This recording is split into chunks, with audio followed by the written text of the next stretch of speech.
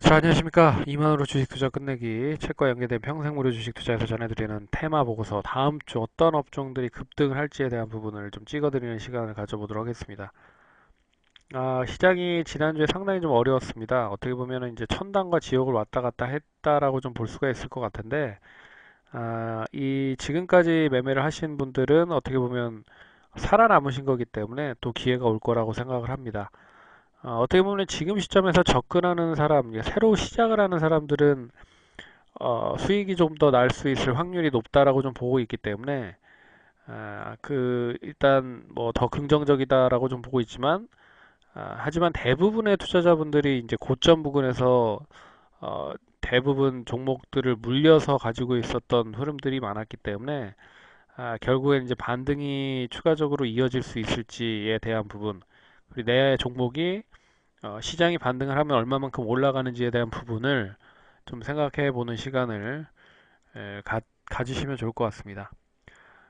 그래서 일단은 다음 주에 어떤 업종들이 올라갈지에 대한 부분을 설명을 해드리도록 하겠습니다. 시장 이슈 관련된 부분부터 먼저 보고 얘기를 해드릴게요. 그래서 지난주에 그 트럼프 대통령이 빅딜이라는 이야기를 하면서 일단 중국과 무역 갈등이 조금씩 해결이 될 수 있을 것이다라고 이제 생각을 했지만 이제 확정에 대한 부분을 이제 금요일 날 전화 통화를 이루면서 어느 정도 조금 더 빠르게 완화가 될 수 있을 것이다라는 이제 기대를 했고요. 이 G20 회의가 29일에 열립니다. 그런데 29일 이전 날인 28일로 이제 정상회담 전에 어떠한 이제 사인이 나올 것 같고요. 그 이전에 아마 미국과 중국에 대한 아, 협상이 좀 이뤄질 가능성이 높지 않을까라고 생각을 하고 있습니다. 그래서 뭐 금요일 날 또 저녁 우리나라 시간으로 이제 저녁 새벽에 뭐 여러 가지 뭐 해프닝도 있었지만 결국에는 일단 미국과 중국에 대한 그런 무역 갈등이 조금씩 완화가 될 수 있을 것이다라는 기대감이 예전과는 틀린 흐름이다라고 볼 수가 있는 부분입니다. 그래서 그동안에 어떻게 보면 시장을 떨어뜨렸던 게 무역 갈등 관련된 부분이랑 그리고 이제 긴축 정책이었잖아요. 금리를 계속 상승을 시키면서 이 긴축에 대한 부분이었다. 이 두 가지로만 본다라고 하면 하나가 이제 슬슬 좀 해결이 될 수 있는 부분으로 좀 볼 수가 있기 때문에 일단 뭐 단기적인 모멘텀으로 좀 발전할 가능성이 높다라고 보고 있습니다. 하지만 이 뭐 미국의 금리 인상에 대한 긴축 정책은 계속적으로 진행이 되고 있긴 한데요. 이게 그 속도에 대한 부분으로 속도를 좀 늦출 가능성도 있지 않을까라고 하는 부분이 있습니다. 그래서 생각했던 것보다 긴축을 상당히 좀 빨리 하면 일단 무역 갈등에 대한 부분이 어느 정도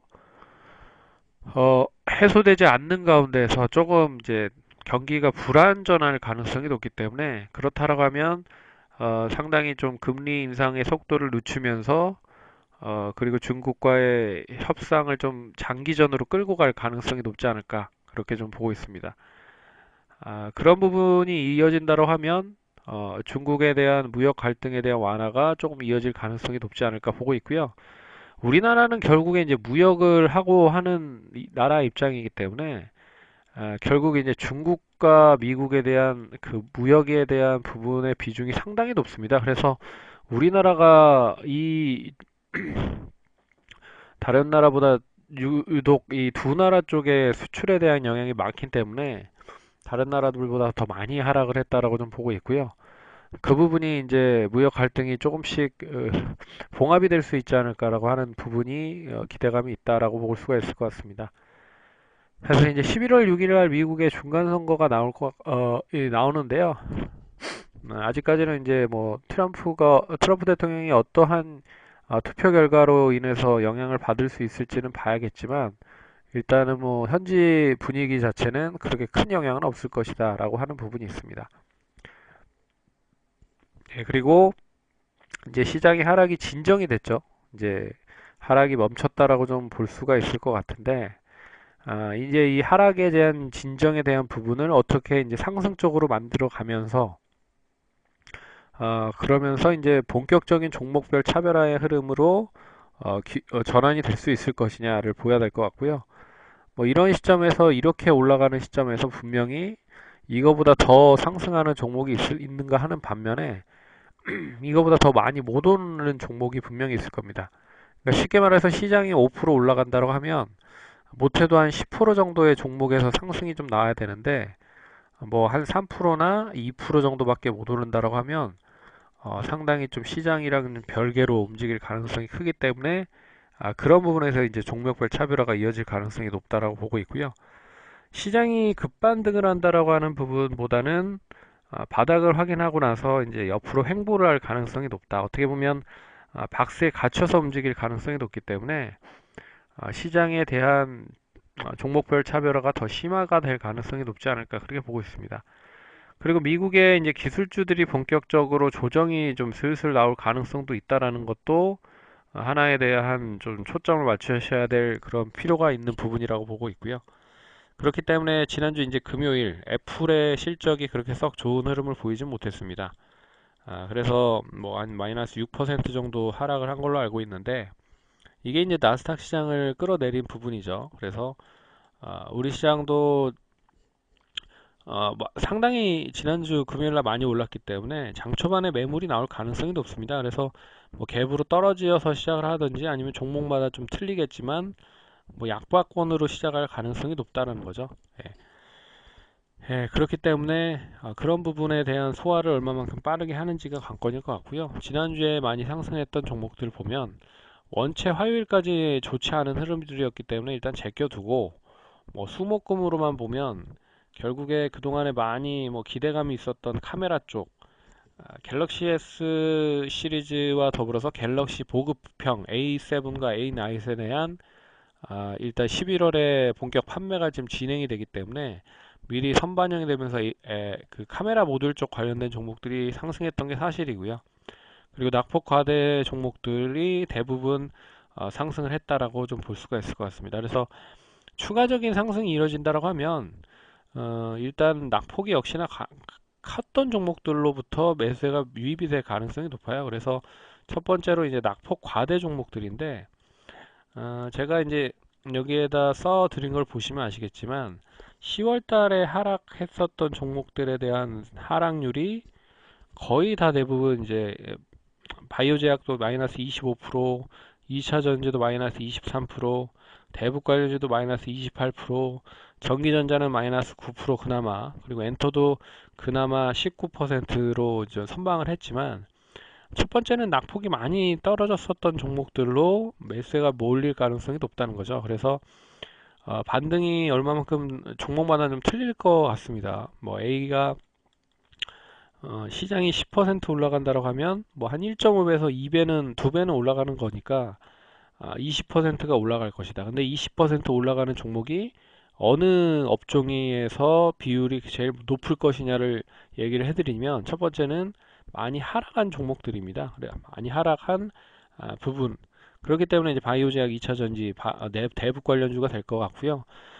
그리고 이제 단기적인 이슈가 있는 종목들 앞에서 얘기해드렸지만 그 11월부터 본격적으로 이제 갤럭시 A 시리즈가 출시가 되기 때문에 관련된 이제 카메라 모듈 쪽 관련된 종목들이 상당히 좀 좋은 흐름들을 보였었던 게 사실입니다. 그래서 뭐 파트론이라든지 뭐 파워로직스, 하이비전 시스템 뭐 이런 종목들이 상당히 좀 좋은 견주한 흐름들을 보였다라고 보고 있어서 단기 이슈가 이어지는 종목들이 있을 거고요. 그래서 첫 번째는 낙폭 과대, 두 번째는 단기 이슈, 세 번째는 역시나 실적 관련된 부분일 것 같습니다.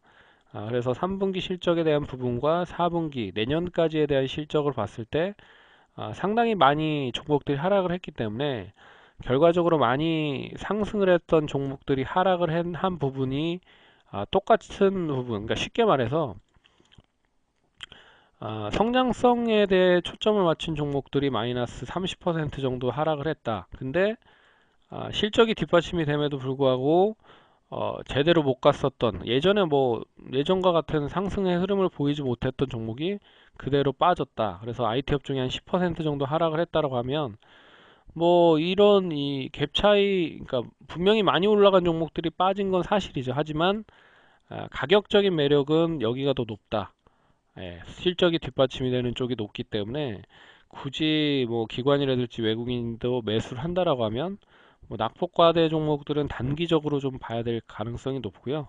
차라리 뭐 그 중장기적인 흐름에 있어서는 뭐 이런 낙폭 과대해서 더 플러스 더 많이 하락했던 실적 가치 대비 매력이 더 있는 종목들로 매수를 할 가능성이 높다.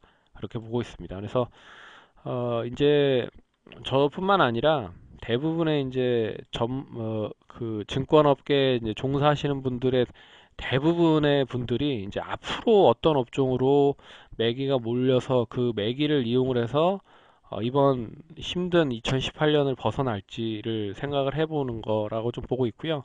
그 부분을 통해서 계속 지금 좀 IR도 다니고 탐방도 다니고 뭐 그런 부분이라고 좀 보시면 좋을 것 같습니다. 그래서 이제는 본격적인 실적 장세에 대한 부분에서 가격적인 매력이 뒷받침이 되는 종목들을 눈여겨 보셔야 될 필요가 있다라고 하는 부분을 계속적으로 얘기해 드리고 있는 상황입니다. 그래서 성장 쪽에 대한 초점보다는 가치 쪽, 그리고 실적이 뒷받침이 되는 쪽, 그리고 업황의 회복이 되는 쪽으로 보시는 게 좋다라고 하는 부분.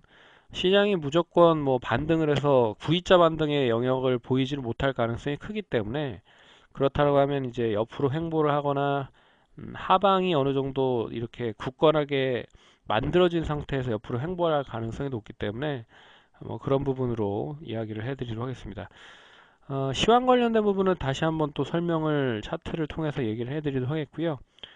다음 주에 올라간 종목들은 일단 낙폭 과대 종목들이다 라고 하는 부분으로 보시면 좋을 것 같습니다. 네, 이것으로 종목 테마 보고서 마치도록 하겠고요. 예, 좋아요, 구독하기 많이 눌러주시기 바라겠습니다. 감사합니다.